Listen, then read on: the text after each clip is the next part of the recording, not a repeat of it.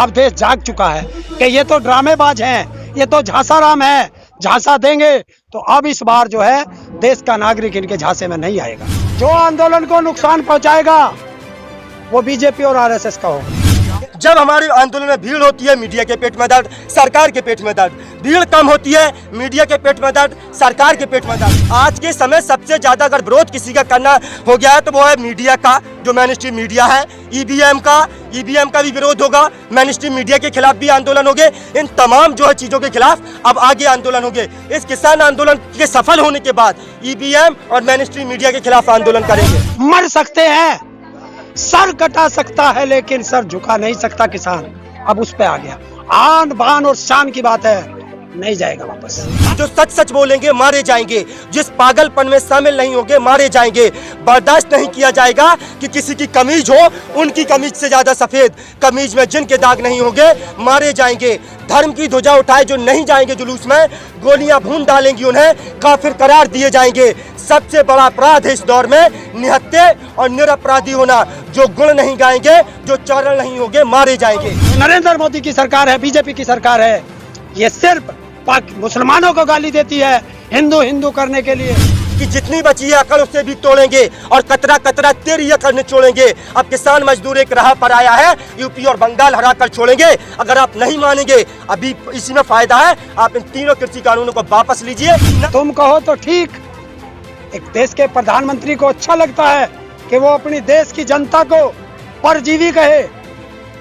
परजीवी शब्द का अर्थ पहले दिन मैंने सोचा था मांग के खाने वाले का होगा, लेकिन फिर किसी आप जैसे ने बताया कि परजीवी का मतलब होता है खून पीने वाला।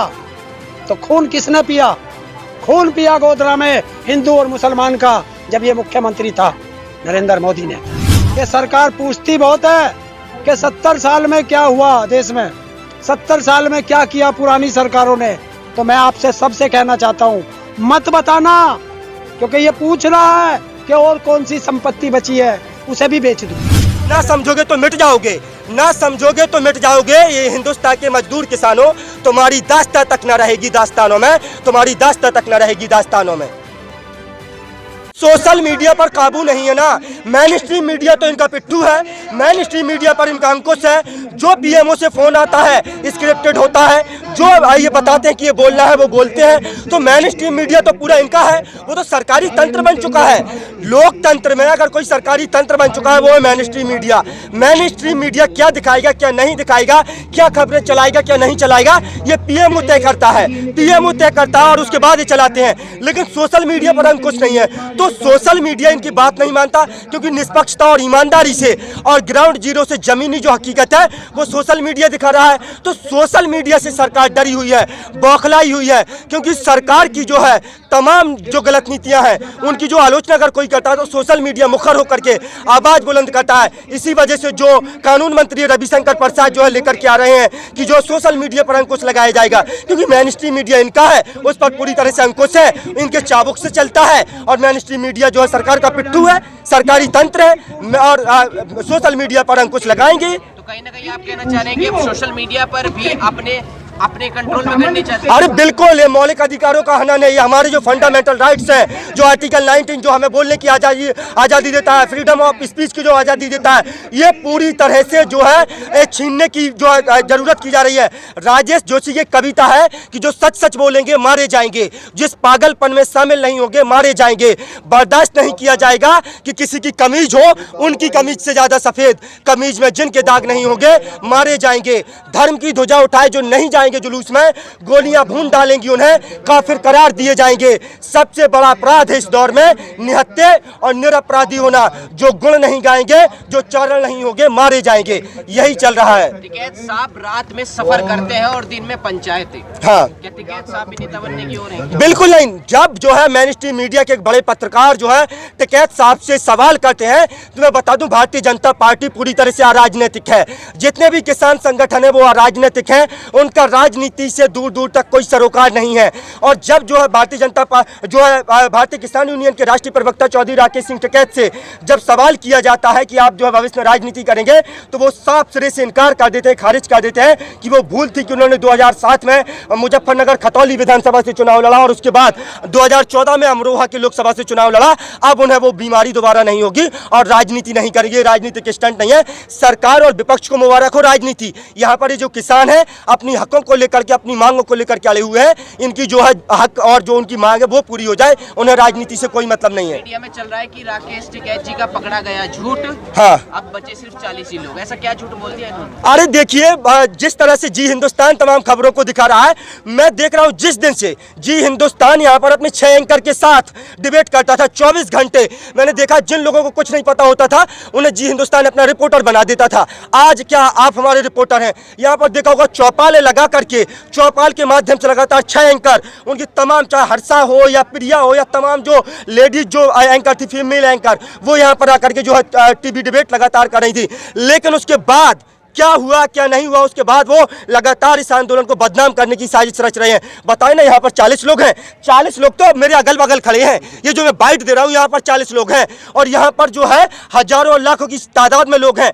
आपने कितनी महापंचायतें देखी? वो महापंचायत एक फोन कॉल की दूरी पर है। अगर एक फोन किया जाएगा तो आपने देखा होगा 28 जनवरी को जब चौधरी राकेश सिंह टिकैत की आंखों से आंसू निकलते हैं और वो आंखों के आंसू जन सैलाब में तब्दील हो जाते हैं, वो संजीवनी का रूप धारण कर लेते हैं और पूरे देश से, पूरे कोने कोने में इस आंदोलन की जो है लहरें और जड़ें पहुंच जाती हैं। आज इस किसान आंदोलन को समर्थन और इन कृषि कानूनों का विरोध अगर आप देखेंगे तो ग्राम स्तर पर, बूथ स्तर पर, जिला स्तर पर, तहसील स्तर पर, राज्य स्तर पर और पूरे देशव्यापी जो है ये आंदोलन पूरी तरह से देशव्यापी आंदोलन बन चुका है, जन जन का आंदोलन बन चुका है। जो भांग के नशे में जो मीडिया इस तरह की खबरें चलाता है कि 40 लोग हैं, वो आकर के देखे ना क्या यहाँ पर 40 लोग हैं, आकर के दिखाए। ये करता क्या है कि पूरी तरह से प्री प्लान करता है। जब जो है यहाँ पर भीड़ कम हो जाती है, टेंट में लोग आ जाते हैं इधर मंच के पास, तो ये जो है खबरें चलाता है, टेंट की खाली फोटो खींच लेता है और कहता है कि टेंट से लोग कहती है हाँ। कि आप जो है 100-100 में आप किसान ले आते हो, तो आप लाते हो क्या? क्या कहती है सरकार? सरकार 500 में किसान को भाड़े पे ले 100 रुपए में, 100 रुपए में। अरे भाई साहब, तो एक बात बताइए, ये नहीं, सरकार जो कहती है, सरकार को इतना समझ में नहीं आता। ये किसान जो है सरकार बिकाऊ है। अगर 100 रुपए में आए हुए किसान है तो सरकार 1000 रुपए दे करके इनको खरीद लेना, अपने समर्थन में कर ले। सरकार इनको समर्थन में क्यों नहीं कर पाती है? अगर ये किसान 100 रुपए में बिक जाते हैं और इस आंदोलन में आ रहे हैं विरोध करने कृषि कानूनों का, किसानों के समर्थन में, सरकार इन्हें 1000 दे। सरकार के पास तो पैसा है, पावर है, सत्ता है। आप कितने रुपए मांगे? अरे तो सरकार मुझे खरीद ले, मैं तो 100 में आया हूँ, चलिए मैं 100 में आया हूँ, सरकार मुझे 1000 दे करके मुझे खरीद ले। सरकार के पास अगर इतना पैसा, पावर और सत्ता है तो सरकार मुझे ही खरीद के बताए, पहले मुझे खरीद ले। अरे तो मुझे खरीदना, मैं बताऊंगा ना मैं कितना बिकूंगा। मैं जिस तरह से सरकार इन किसान जो है, इन किसानों को आप खरीद नहीं सकते हैं। ये जो है जिस तरह से सरकार इन किसानों को, आंदोलन को बदनाम करने की साजिश रच रही है और कह रही है कि जो है किसानों को खरीदेंगे, आप खरीद करके दिखाइए। और कंगना रनौत कह देती है 500 रुपए में जो दादियां हैं वो आंदोलन करने आ रही है। यहाँ पर देखिए, आप अगर यहाँ पर देखेंगे जिस तरह से किसान आंदोलन लगातार चल रहा है और जो है पूरे आज जो है 3 महीने से अधिक का समय हो गया ये आंदोलन चल रहा है, कोई भी यहाँ पर बिकाऊ नहीं है किसान। अगर बिकाऊ होता तो सबसे पहले सरकार ही खरीद लेती, क्योंकि सरकार तो विधायक खरीद लेती है, तो किसान क्या चीज नहीं क्या। हाँ, वीडियो पर अक्सर ये कमेंट आता है हाँ। कि भोको भोको भोकने से कोई ना कोई पद मिल ही जाएगा। अच्छा। अक्सर मेरी वीडियो पे ये अच्छा। डालता हूं, कमेंट आता है। अच्छा, तो ये पता किसके लिए बोलते हैं? ये आपने देखा होगा तमाम जो भारतीय जनता पार्टी में आज शामिल हैं वो भोंकते ही थे। रागिनी तिवारी से लेकर के उपदेश राणा, कपिल मिश्रा से लेकर प्रवेश साहिब वर्मा, अनुराग ठाकुर, ये तमाम अगर आप भारतीय जनता पार्टी के नेताओं को देखेंगे, ये पहले भौंकने का काम ही करते थे और सरकार की चाटुकारिता करते थे। आज उन्हें पद मिल गया ना, लेकिन इन किसानों को पद नहीं चाहिए, पद की कोई लालसा नहीं है और न पद चाहिए। किसान बहुत मजे में है, बहुत खुशी है, अपने खेतों में काम करके बहुत खुशी है।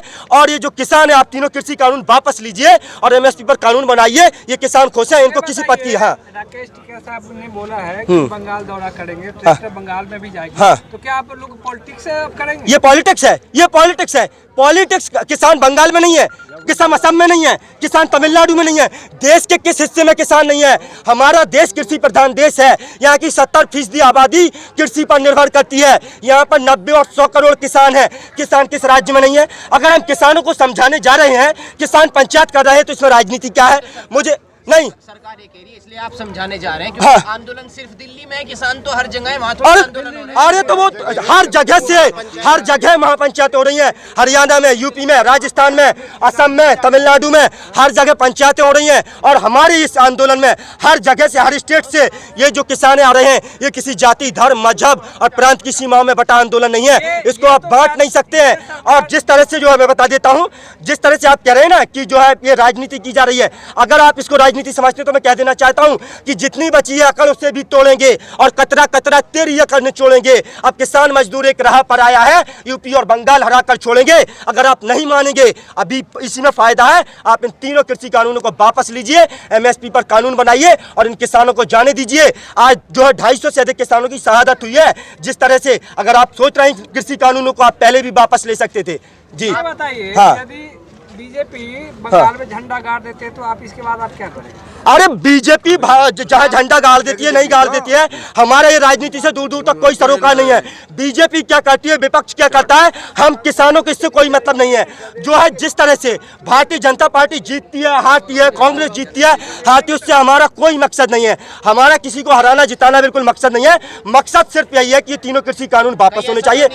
हाँ। हार जाए तो लोकतंत्र की जीत और जीत जाए तो ईवीएम में गड़बड़ी। कैसा? हार जाए बंगाल में तो लोकतंत्र और किसान आंदोलन की जीत, और जीत जाए तो ईवीएम में गड़बड़ी। अरे बिल्कुल, हम यही कह रहे हैं, हम तो पहले दिन से कह रहे हैं ईवीएम का भी विरोध होना चाहिए। ईवीएम क्यों है हमारे देश में, मुझे तो ये पता नहीं चलता। जब अमेरिका और जापान जैसे जो देश हैं, जो इतने विकसित देश है, वो बैलेट पेपर से चुनाव कराते हैं, लेकिन हमारे देश में जो है ईवीएम से चुनाव कराया जाता है।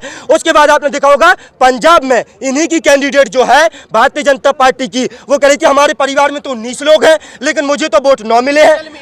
नहीं तो वोट पड़ेगा। नहीं भाई, अरे भाई साहब डिजिटल कितना, आप कितना डिजिटल, एक तरफ आप डिजिटल होने की बात करते हैं, डिजिटल होने का दावा करते हैं, दूसरी तरफ आप तमाम वो चीजें करती हैं जो डिजिटल नहीं है। तो आप जो है ईवीएम की जगह बैलेट पेपर से चुनाव कराने में आपको डर क्या है, आपको खतरा क्या है, क्या डर है आपको? आप क्यों नहीं कराते हैं बैलेट पेपर से चुनाव?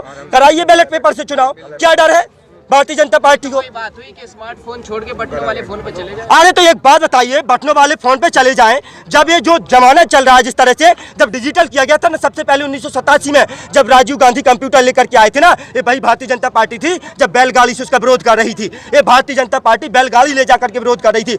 आप अपनी चीजों के मन मुताबिक जो है सोच लेते हैं।